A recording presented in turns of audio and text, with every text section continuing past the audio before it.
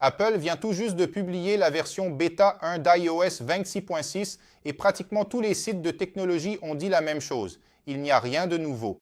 Sauf qu'il y a un détail que presque personne n'a remarqué et, ironiquement, c'est la partie la plus importante de cette mise à jour. Apple a discrètement ajouté un bouclier de sécurité caché dans une application que vous ouvrez presque tous les jours, sans rien dire à ce sujet. Dans cette vidéo, je vais te montrer exactement ce qui a changé, ce qui reste pareil et, surtout, si ça vaut la peine d'installer cette bêta maintenant ou si tu risques de le regretter. Allons à l'essentiel. Cette première bêta d'iOS 26.6 est arrivée avec presque 9 gigaoctets sur l'iPhone 15 Pro Max, qui est l'appareil sur lequel j'utilise mes bêtas. Le numéro de build de cette version est 23G5028 lettre E. Et qu'est-ce que ça signifie? Plus on s'éloigne de la lettre A, plus on est loin de la version finale. Il y aura encore quelques bêtas avant son lancement public. En même temps qu'iOS 26.6 Beta 1 ont aussi été lancées de nouvelles bêtas pour iPadOS, macOS, watchOS et tvOS. Et ici, nous allons aborder le premier point que beaucoup de gens n'ont pas compris. iOS 26.6 est essentiellement la dernière mise à jour de fonctionnalités d'iOS 26. Après la fin de ce cycle de bêta, iOS 26 ne recevra plus que des corrections et des mises à jour de sécurité. Désormais, toute l'attention est portée sur iOS 27. Garde bien cette information car elle change complètement la façon dont nous allons considérer cette mise à jour à partir de maintenant. Et maintenant, la bonne nouvelle. Lorsque l'on compare le code d'iOS 26.5 avec celui d'iOS 26.6, une nouvelle mention apparaît dans l'application Plan, appelée porte blindée. Et ce nom n'est pas choisi au hasard.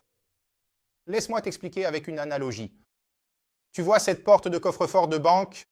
Cette porte super lourde, blindée, qui existe pour empêcher quelqu'un d'entrer directement dans l'endroit le plus sensible? C'est exactement ça, sauf que c'est réalisé via logiciel. En 2020, avec iOS 14, Apple a créé cette même porte de sécurité pour iMessage. L'idée était simple. Chaque message qui arrive sur ton iPhone passe d'abord par une porte blindée où il est ouvert, analysé et vérifié en isolement, à l'écart du reste du système. Si ce message contient un code malveillant, de ces attaques qui infectent tout l'appareil sans que tu aies à toucher à quoi que ce soit, la fameuse attaque zéro clic, les dégâts sont déjà faits à l'intérieur de cette pièce. Ça ne se propage pas au reste de l'iPhone. Eh bien, avec l'iPhone 26.6, ce même type de bouclier est arrivé pour l'application Plan. Pense à tout ce que la carte traite en même temps. Recherche, lieux partagés, données qui arrivent de l'extérieur. La nouveauté, c'est que désormais ce contenu externe est ouvert et analysé dans une salle isolée. Donc, si quelque chose de malveillant est intégré, les dégâts resteront confinés aux cartes et n'atteindront pas le reste de l'iPhone.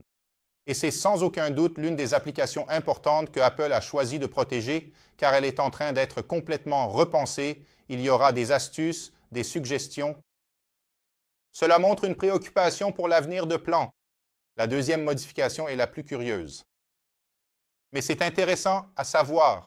Désormais, si vous essayez de bloquer un contact et que vous avez déjà atteint la limite maximale, l'iPhone vous avertira avec un message indiquant que vous avez atteint le nombre maximum de contacts bloqués. Et là, une question se pose, quelle est cette limite? D'après les témoignages, elle peut atteindre 20 000 contacts bloqués. Oui, vous avez bien entendu, 20 000 contacts bloqués. Maintenant, répondez-moi sincèrement dans les commentaires. Combien de personnes avez-vous bloquées dans votre vie? 20? 30?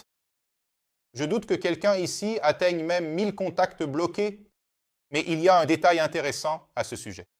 Cet avertissement révèle qu'Apple a toujours eu une limite cachée ici, et maintenant elle a décidé de vous prévenir lorsque vous l'atteignez.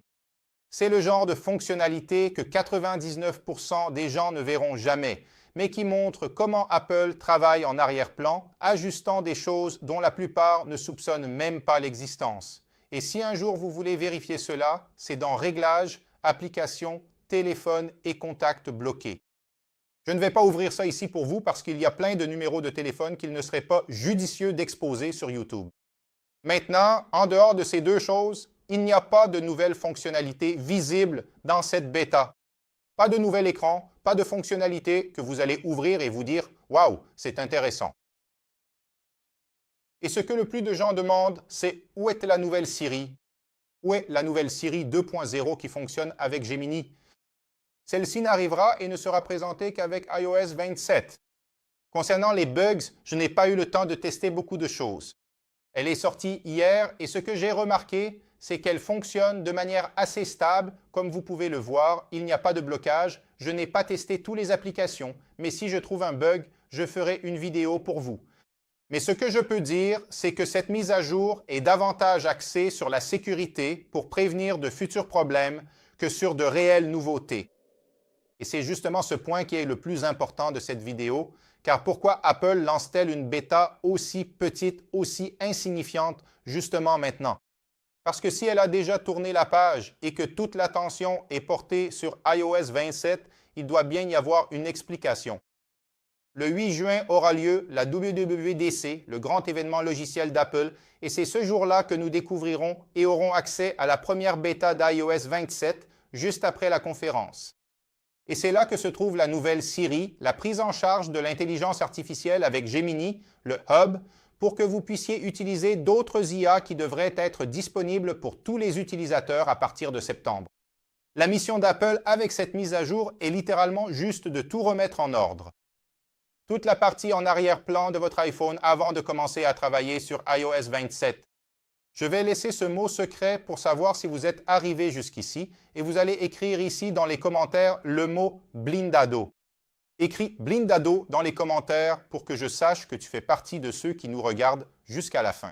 Maintenant, la question à 1 million. Dois-tu installer la bêta 1 d'iOS 26.6 sur ton iPhone? Celui que tu utilises pour travailler, accéder à ta banque, que tu utilises au quotidien? Ma réponse définitive, le risque n'en vaut pas encore la peine. Surtout qu'il n'y a que 2 changements qui auront peu d'impact sur ton quotidien. Si tu veux utiliser ton iPhone en toute tranquillité, attends la sortie de la version finale d'iOS 26.6. Pour résumer en 10 secondes, iOS 26.6 Beta 1 est une mise à jour en coulisses avec un nouveau bouclier de sécurité dans plan que presque personne n'a remarqué, un avertissement sur les limites de contact bloquées et le message ici est clair, le grand spectacle aura lieu avec iOS 27 le 8 juin. Dis-moi ici en bas si tu vas tester cette nouvelle bêta, si tu vas passer ton tour et mets aussi ton mot secret. J'espère que vous avez apprécié le contenu et on se retrouve dans la prochaine vidéo.